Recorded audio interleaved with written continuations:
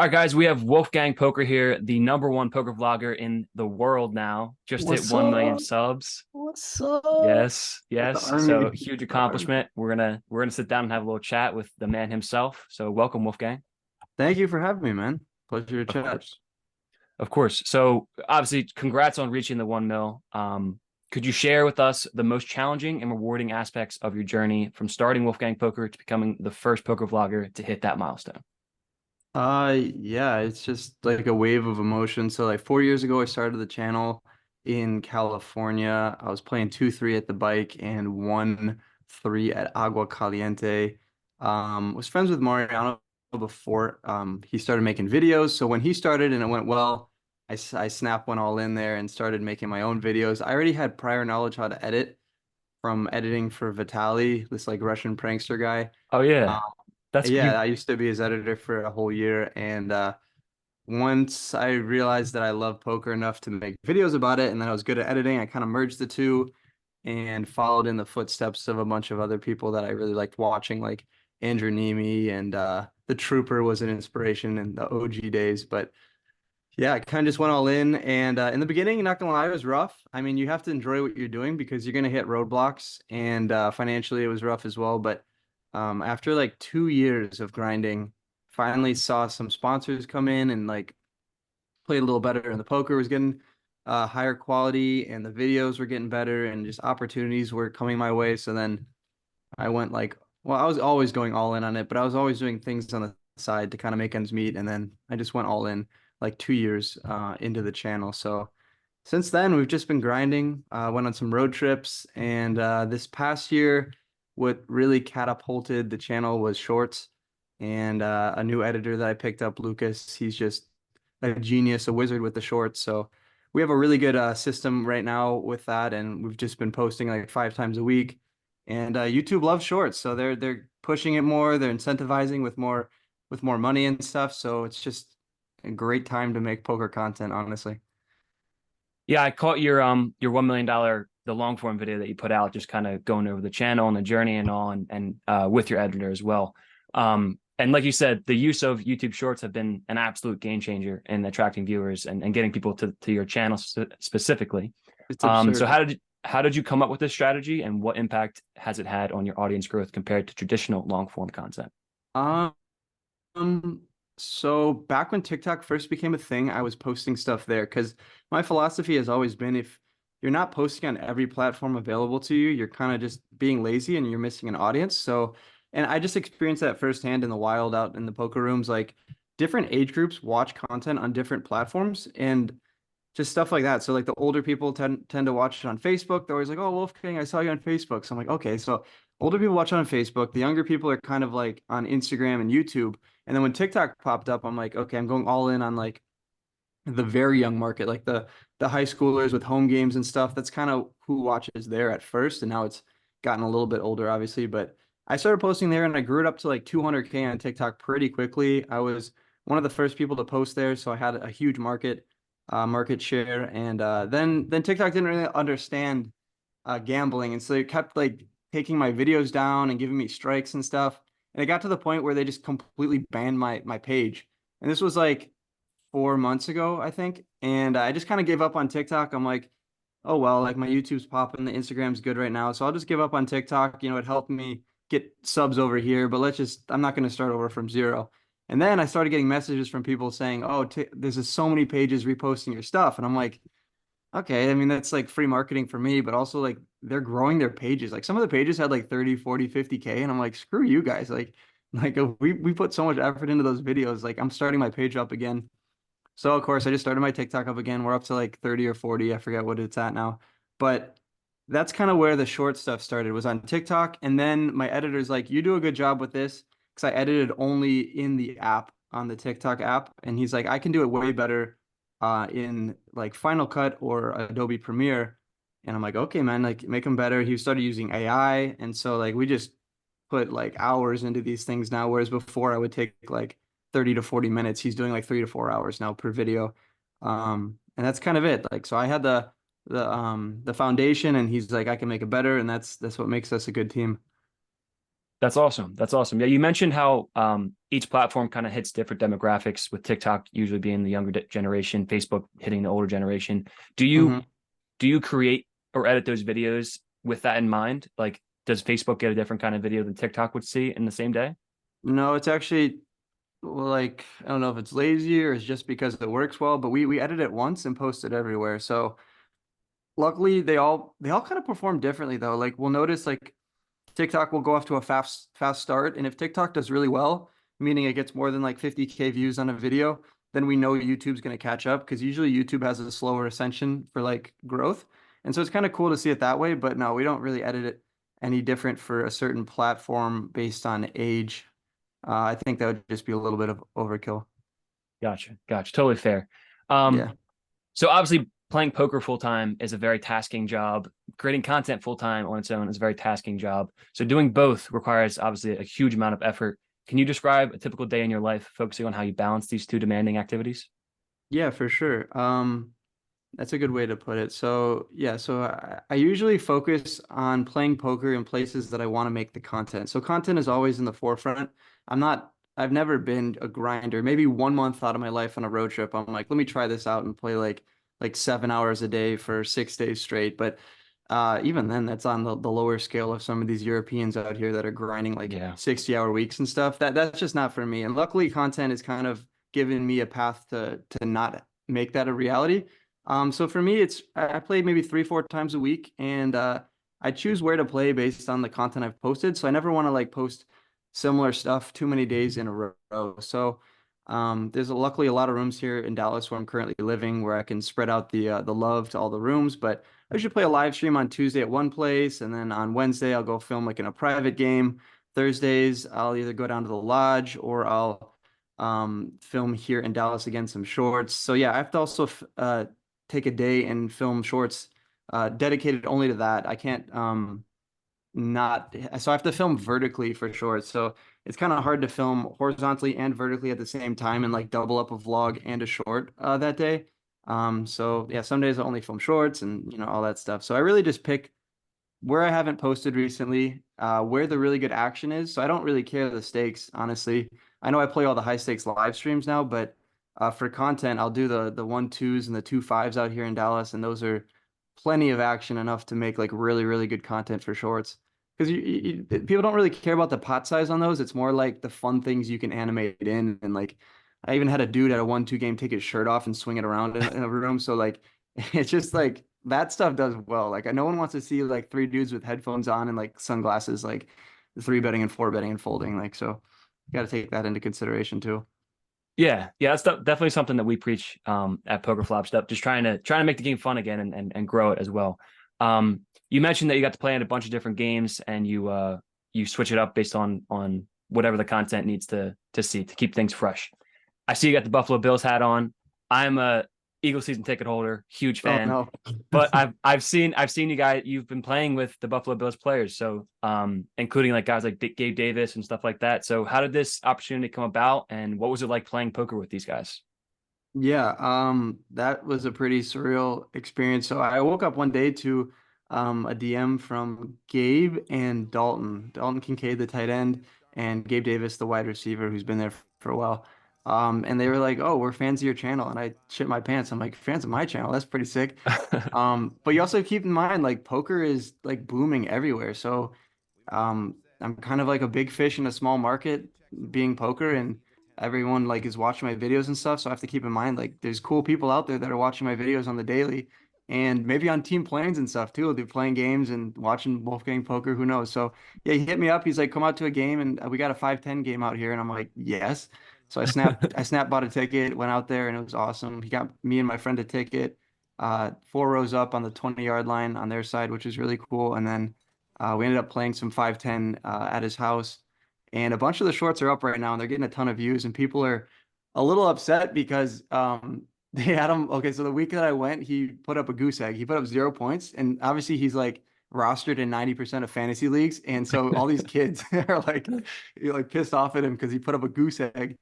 But yet here he is playing 5-10 like 20 with Wolfgang and like bluffing and like calling my bluffs and stuff. So that was pretty funny. But super nice guys, down to earth. I'm probably going back there in like a month. It's just a cool environment. And like that's the stuff that people want to see online. Like no, like I said, no one wants to see like the Vegas thing is overdone. Like everyone's posting that kind of stuff at the Bellagio. Like it's great, it's nostalgic, but like the new like who's getting into poker now and like how can I film that? Like I got hit up by a UFC guy, a legend in Florida, so I might go out there and film a video. That's what I'm focusing on for 2024 is really cool experiences that maybe people can't even fathom. Like, okay, this guy plays poker, like, and if I can document it, that just like is that's just awesome and great for the game too. Like, the more people that like all these fancy football high school kids are now seeing Gabe Davis in their For You page, and they're like, Yep. what is he doing playing poker? Maybe I should get into that. So that's like that's like big for the poker in the long run, you know? Yeah, yeah, that's I mean, awesome that you like you said you had a bunch of different opportunities come about. You've been able to play on the Lodge, play at Hustler, play in this Buffalo Bills private game, which is insane. Yeah, that's Um, great. what insights or memorable experiences have you gained from these incredible encounters? Like, what's one that really stands out? Um, I think what I'm realizing is just like the love that everyone has for poker is just like insane. Like all these like there's offensive linemen's there. There was like a punter, a tight like a linebacker. Like everyone loves poker, and the more that I talk to people about it, the more I realize how cool it is. Like what I'm doing, and that I had the vision to do this 4 years ago. Like I'll run into people just out in Dallas, just that have no affiliation with poker, and they're, oh, what do you do? And I'm like, oh, I make videos about poker, and they're like, oh, my brother's cousin like likes to play poker. I think it's awesome. And then I send him my channel, and who knows, maybe they'll stop into a card room in a month and like check it out. But I think the thing that's blown my mind in the past year is just the amount of like people that either have heard of poker or getting into poker or love poker. Because 4 years ago when I started, it was really just me and my college buddies that would talk about it. And then when I went to a casino, that was like a degen paradise. But outside of that, it had this bad connotation that I had like a gambling problem. Like people even told me that, like when I said I'm trying to make poker videos for a living, they're like, oh, like my dad has a gambling problem. I'm like, no, that's not what's going on here. Like, yeah, I'm good. Like, we're gonna keep it responsible. And luckily I have. I've never gone bust. And I think the social media aspect definitely helps with that. But yeah, I think that's probably my biggest takeaway is just like how far poker has come, even in just since I started in the last 4 years. It's crazy. Yeah, poker is it is really it's much larger than what meets the eye. You got the thing that the problem is that there's just not much accessibility. So you got Right. people playing on these private club apps, playing in the private home games and stuff. They don't have access to these to casinos or card rooms. Um, so with that said, most of them are probably playing low stakes. Your focus on low stakes games has earned you an incredibly strong following. Why do you think these games resonate so well with your audience, and how do you keep these games engaging and relatable? Yeah, so that's something that my editor and I definitely focus heavily on. And I just never want to post the same content too much. So like when I find myself in a rhythm here in Dallas of playing like three of the big live streams and they're all 1025 or 5 10 25, like that's cool and all to see large pots and it gets clicks. But I have to remember what got me to this point, which isn't like 1025. Like I started at 1 2 and people like those videos. The shorts are primarily 1 2 and 2 5 for the most part. And so every so often I'm like, when was the last time I posted a how to beat the low stakes type of video? And then I'll post one. And then it happened like a month ago where that video completely like spanked all the big videos. And I'm like, wow, like posting a 1 2 video where it really wasn't much effort. I was kind of just cruising through, these spots that in the high stakes videos I'm sweating and stuff. Like those videos do well too. And I have to remember that like most people are not playing the big stakes, right? So they want to see relatable content. And I think a lot of my other creators, fellow creators, they just post really, really high stakes because that's what they're playing. But I think if they took like 1 day a week and just filmed like a 2 5 session, even like people would really appreciate that. Just because that's like what they're going through on a day to day. And most people watch videos either to be entertained or to get better because they're going out and playing. Like a lot of people say, "Oh, I watch a video on the way to the casino." It's like, well, the bluffs that I'm trying to pull at 1025 are going to get you absolutely smacked in 1 2. So if I show a bluff at 1 2, that's a little bit more applicable. So yeah, that's definitely something that I think about. And I think I'm actually playing a low stakes video today after this. So kind of funny. Nice. Perfect Yeah. then. Perfect. Yeah. So you've obviously evolved a ton from starting out the channel 4 years ago. So from your early days to now, how do you think your content has evolved? And more specifically, are there any turning points or decisions that significantly shaped the direction of the channel? That's a good question. I mean, obviously the quality of the videos has gone up. Other than that, I've kind of stayed the same. Like in the beginning, I had this huge desire to travel and make really cool videos. And that's evident from like my road trip videos. And I would like fly different places and I'd always be in the Midwest, making videos there. And that was really cool, like always to pop into new casinos and people tell me like, oh, no one's ever come out here and made a video here before. That's like awesome that you're here, all this stuff. Same thing now. Like I have seen a lot more, like obviously I'm 4 years into it, so I've been to a lot of places, but my desire to keep traveling and finding new games and playing in new casinos is like still there. It's still a burning passion. And then I like collecting chips at every casino I go to, so that's kind of like my thing. I don't know what I'm gonna do with them one day. I have a ton of them, but I just have them in a bag for now. But yeah, since the beginning, maybe I mean my poker play's definitely gotten better. The quality of the videos has gotten better, but all in all, the content side is pretty much the same. I just want to film cool games, show it with people, and yeah, just inspire people to get into the game that I love too. Love it, man. Love it. So, and again, moreover, with the success of your YouTube channel, what future plans or aspirations do you have for the channel? And are there any new frontiers or challenges you're aiming to explore? I know you mentioned that you wanted to kind of hop around different private games. You mentioned in your 1 million sub video that you wanted to play on a boat, maybe. So Yeah. yeah, let's hear more about You that. never know what like opportunities people have out there. Like that's what I'm saying. Like poker is just so widespread now that like these cool opportunities could be out there. And so like just motivating people to hit me up if you want your game shown on the internet and you have a cool experience, I'm definitely the one to hit up because I'll travel out there next week. But something I've always wanted to do is go to Australia just in general. I thought it's like a really cool place from what I've seen and what I've heard. And since my channel's blown up, I've obviously gotten a lot of people messaging me from there saying this one guy in like the West Coast in Perth said he's starting a poker club, and obviously they have two huge casinos in Melbourne and Sydney. So definitely want to get out there, but I'm not going to go there for a week. Like I'd like to go there for like multiple months just because it's so far away and expensive. So that's something I have on the radar maybe in the next year or two. But other than that, just continuing to travel, maybe firing some big tournaments. I'm never going to be a tournament grinder, but playing some tournaments and maybe banking one like Ethan would be great for the channel and great for poker too. If they see this, this dingus at the final table. I actually bought like this really funny this hoodie where it's like this ninja hoodie by Aviator Nation, and it's like this thing that cover. It's like total Euro reg like thing. So I bought it for this. I'm going to the Bahamas in a week here and I bought it just in case I final table because I'm just gonna go full euro and try to ship that thing. Nice. Um, but yeah, I don't know, just fun experiences and just keeping the channel going. I enjoy making videos, so it's never a grind. Like I have to be like, oh, let's put out 2 videos a week and 4 shorts a week. It's always like me looking forward to the next piece of content that I'm posting because I just love sharing it so much. That's awesome, man. Yeah, it sounds like you've really paved like an incredible path for yourself. You love both poker and the content creation parts of it. So I don't think that you would ever get burned out unless you fall out of that passion, which it doesn't seem from talking to you. So reflecting on your journey so far, what personal growth have you experienced through your career as a poker vlogger, and what advice would you give to aspiring content creators in the community? Good question. Good question. Okay, advice to content creators. The first thing is you have to do what you love, right? So if you're just doing it because you see other people making money and showing their YouTube rev, I mean, that should be a motivating factor. But I mean, it took me 2 years to get to a point where I could really monetize the channel. And so, like, if I didn't like what I was doing, 6 months in, I would have given up, right? So you have to love poker or whatever content that you're posting. And then you have to be consistent. YouTube rewards consistency. So if you're not on a regular schedule, YouTube's really gonna not give you the recommendations and stuff that you need to continue to grow. So yeah, just be consistent, like what you do. Networking is always big, but don't be a social climber. Like just because someone's like really, really big, don't like go out of your way to hang out with them. But if they align well with your personality and stuff, like me and Ethan have always been really good friends. And in the beginning, he was bigger than me, and definitely I saw like boosts whenever I hung out with him. But I've never been someone to be like, okay, I'm only going to hang out with this person because they have clout. And now likewise, now I have a lot of followers and shorts are going really well and stuff. And we have a genuine relationship. I never feel like one person is using the other.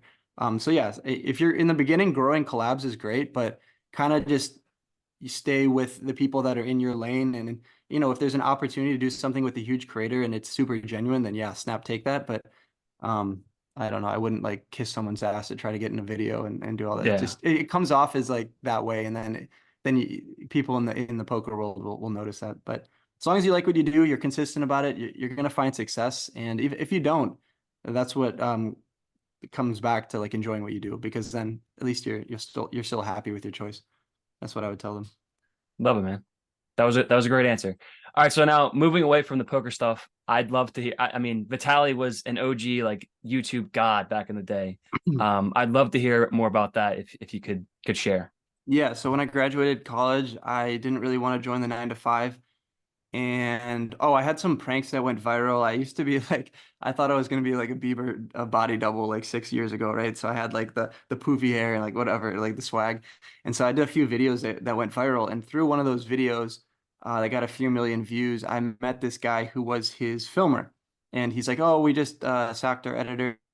I saw like the way you edited your Bieber videos. I mean, that'd be perfect for our channel." I said yes, because I didn't want to do a normal job. And that went on for a year. I traveled with him to like Miami and stuff, and that opened a lot of doors and was really cool. But ultimately, yeah, I mean, I was at his house. I drove his G-Wagon. It was just like a really cool experience that like put me into like the YouTube world. And I'm like, yeah, this is what I really want to do. But I always wanted to be on the other side of the camera. I never wanted to be like the guy sitting behind the screen and editing and stuff. Like that works for some people, but for me, it kind of made me feel like I was back in a cubicle, which is what I was trying to avoid. And so when I saw people finding success filming poker videos. I was like, okay, I know how to edit because I've just had a year of rigorous like schedules, posting every single day.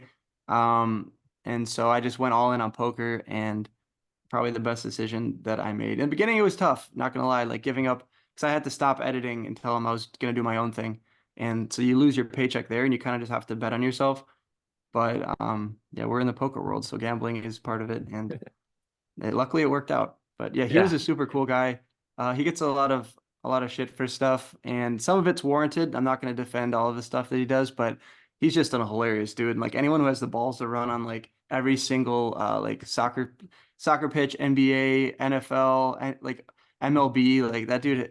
I mean, he makes great content. Like he's like an OG of the YouTube space. So I definitely like some of my success here for sure is attributed to me watching him do what he was doing, and like he kind of like paved the way for a lot of pranksters. So I definitely picked up some things there. yeah, that's awesome. That's awesome that you got to experience it just at that. I feel like that's a very pivotal point. You said you were just getting out of college and you got to Yeah. do that job for him. So and obviously picked up a ton of experience with him as well. Um, yeah. So wrapping up, thank you very much for the time. If you want to plug anything, obviously make sure everybody follows and subs. Get them over, hit them the 2 million now. On to the next. You have anything else you want to plug? The floor is yours. Nah, I just want everyone to, enjoy what they do. If you guys are looking for a motivational push to try something new or take a chance on something, I say go for it. Give yourself a few months. Make sure you have the financial backing to kind of leave whatever you're doing and transition. I wouldn't just go all in on something, but if you take anything away from this, it's that you can do it. And if you're consistent, you like what you do, that's the most important things. And have some genuine relationships in your life, and that will take you out of the slumps when you eventually hit a roadblock. But other than that, go check out my channel.